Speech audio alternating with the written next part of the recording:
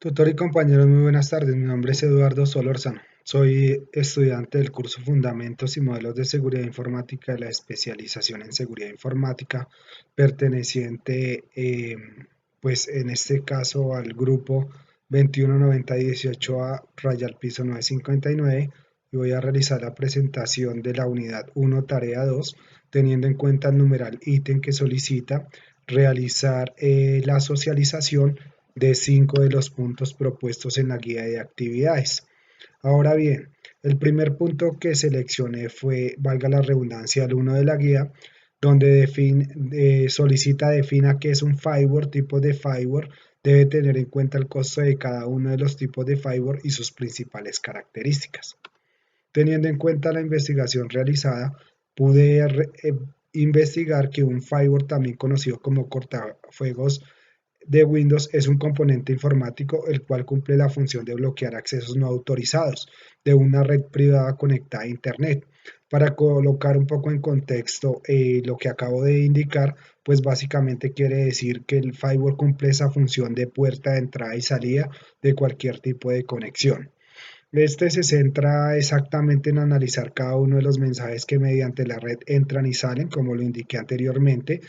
Estos ingresos pues van parametrizados por una serie de autorización de accesos, criterios establecidos de seguridad que una organización pues establece a su centro de datos.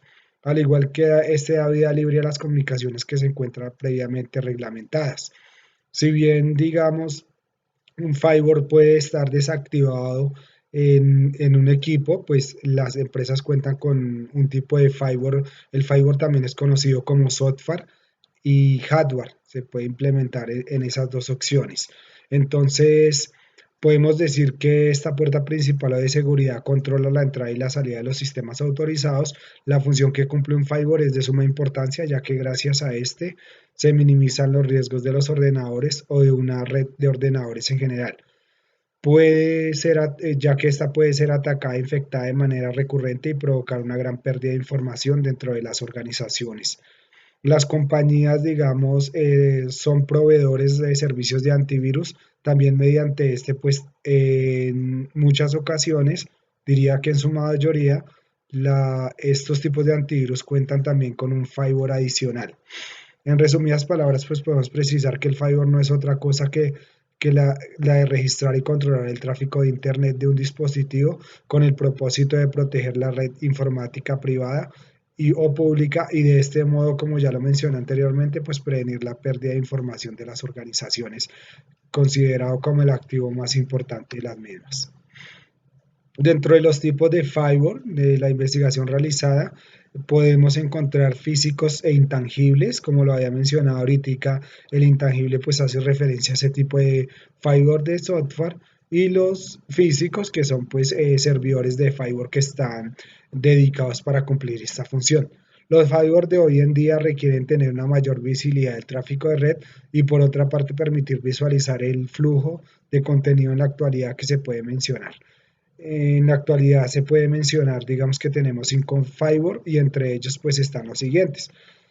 Tenemos uno para la parte de cortafuegos y filtrado de paquetes, mediante este que cumple unas funciones de tomar decisiones enfocadas a direcciones de red o puertos o protocolos establecidos. Estos son muy rápidos, ya que no hay mucha logística en las decisiones que en este se toman. Es un control de paquete única y exclusivamente de paquetes, como lo relaciona ahí en la diapositiva. Estos no realizan ninguna inspección interna de tráfico ni almacenan información del estado. Deben abrirse los puertos manualmente para que el tráfico del cual fluya a través del firewall.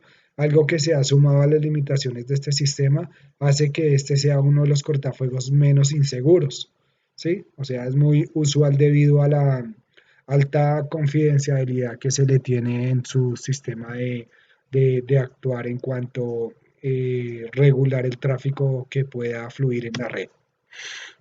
Tenemos otro que es la puerta de enlace a nivel circuito. Este opera en la capa de transporte de modelos de referencia de Internet, o OSI, implementando el filtrado de nivel de circuito en lugar de filtrado a nivel de paquete. Por lo que indica su nombre, podemos ver que cumple función diferente al cortafuegos de filtrado de paquetes.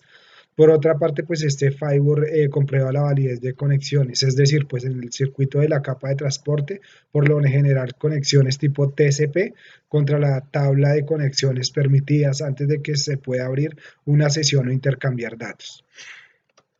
Aquí tenemos otro tipo de firewall que es el de inspección o estado. Este es uno de los tipos de firewall con la capacidad, digamos, de realizar seguimiento del estado de conexión.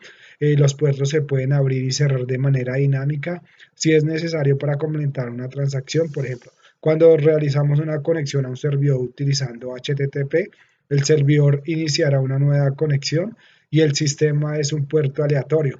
Un firewall de inspección con estado va a abrir automáticamente un puerto para esta conexión de retorno. Habitualmente se consideran más seguros que los de filtrados y de paquetes, es considerado como una de las mejores alternativas que puede existir para utilizar, ya que mediante esto se procesan los datos de la capa de aplicación y por este motivo pueden profundizar en la transacción para comprender lo que está sucediendo. Prácticamente podemos decir que es un real time, o sea, el tiempo real que se puede tener en monitorear el tráfico de la red. Puertas de lance de nivel de aplicación, también tenemos conocido como el firewall proxy.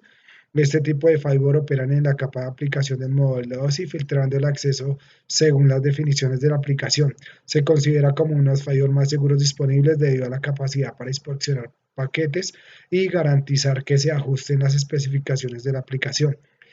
Esto da la cantidad de información que este procesa. Los firewall de la puerta de enlace de aplicaciones puede ser un poco más lento debido a la cantidad de información que estos manejan. Tenemos también un firewall de próxima generación. Este es un cortafuegos de próxima generación. Ofrece un filtrado de paquete básico o toma decisiones basadas en proxy. Y pues dentro de las capas 3 y 4 del modelo se dispone dentro de los firewalls tradicionales y con esto, sin embargo, amplía su protección al tomar amplias decisiones a la capa de aplicación. Es decir, estamos hablando haciendo referencia aquí a la capa 7.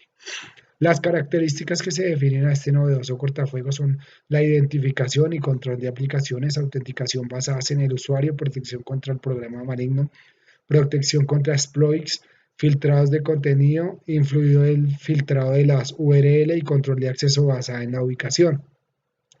Las empresas que deseen, digamos, una protección completa que les brinde contra las amenazas no deberían conformarse con ningún otro tipo de firewall previos a la próxima generación. Este firewall es muy recomendado, a la vez es costoso porque tiene una integración de 3 en 1 y los costos, digamos, en FortiGate están en 6 millones 70 mil pesos. En eso oscila en las diferentes, digamos, empresas que se puede llegar a cotizar este tipo de firewall.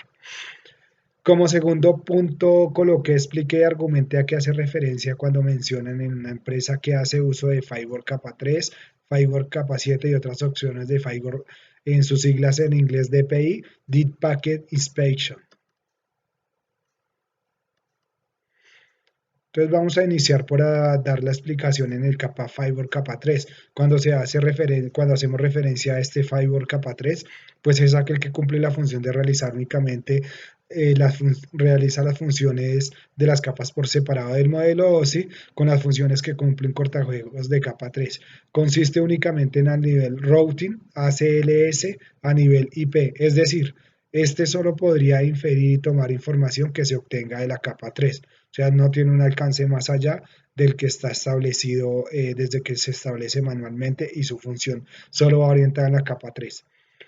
Ahora, la presentación frente a la capa 7. Estos realizan funciones a nivel, digamos, de aplicación a diferencia del firewall capa 3. Estos sí pueden realizar funciones de protocolo de red más arriba del modelo OSI.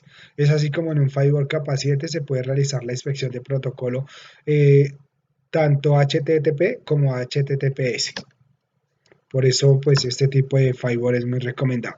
En la actualidad, estos firewalls son los de uso más común, ya que mediante se puede monitorear el tráfico y realzar y permite realizar, perdón, o denegar el acceso al tráfico de toda la red. Las principales funciones de un firewall de capa 7 son las siguientes: filtrado a nivel de aplicación, filtrado URL, control de aplicaciones web, FTP, PSP, proteger frente a esos ataques de negación de servicios, proteger los ataques de inyección de código, sandbox, inspección de tráfico SSL filtrado por usuario. Este tipo de acceso pues son conocidos también por firewall de aplicación. Ya por último, dentro de los firewall del sistema, pues podemos observar el firewall con aplicación DPI. Según el requerimiento existente de diferentes tipos de firewall, los más comunes y sencillos fueron los ya nombrados anteriormente. O sea, quiere decir que este tipo de firewall pues es un poco más complejo, y el más común o más utilizado por las diferentes organizaciones son el capa 3 o el capa 7.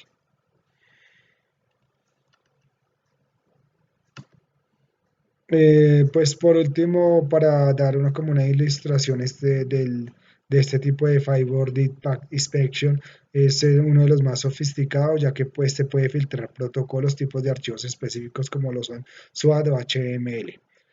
Ahora bien, ¿qué significa el Firewall Firewall DPI en entornos industriales o de infraestructura? Es un firewall que se despliega físicamente entre los sistemas, bloquea programas malignos construidos sobre protocolos únicamente IT, es decir, la mayoría del malware no está construido sobre protocolos industriales.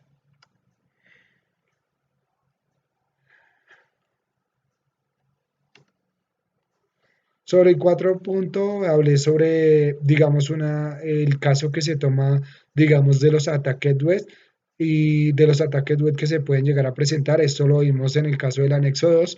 Pues no voy a leer el enunciado, ya que es un enunciado bastante extenso, pero pues básicamente lo que voy a hacer es dar unas definiciones sobre aspectos generales en lo que influye la ley 273 de 2009 de delitos informáticos en Colombia, y cuáles son los delitos informáticos, digamos, más recurrentes que suelen pasar acá en Colombia.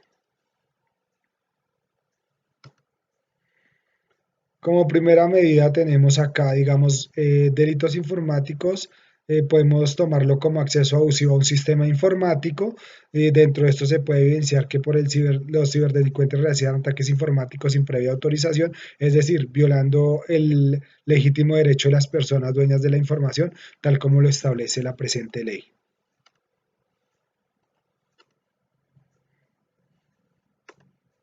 Inspección de datos informáticos. Los ciberdelincuentes sin ninguna facultad obstaculizan el funcionamiento del portal web. No obstante, también filtraron mediante software malicioso información contenida en los equipos de cómputo. Este tipo de acciones legalmente constituyen un delito que conlleva pena de prisión de 48 a 96 meses o en su defecto una multa de 1.000 salarios mínimos. Otro delito muy recurrente en Colombia es la interpretación de datos informáticos. Es evidente que los ciberdelincuentes realizaron una interpretación de datos informáticos, uso de software malicioso, violando datos personales. Esta argumentación sobre cada delito pues va basada, como lo indiqué, va basada en el caso estudio anexo 2, donde pues pudimos evidenciar que fraudulentamente vulneraron el sistema de información redactando datos de autenticación. Otro tipo de, digamos, de violación o de delitos recurrentes de Colombia es la suplantación pues, de sitios web para captura de datos. Dentro de este delito se puede observar que el caso estudio que los ciberdelincuentes en repetidas ocasiones realizaron ataques del portal web. Este tipo de conductas, teniendo en cuenta la ley ya citada, también incurre a penas de prisión o multas de ataques sobre sitios web.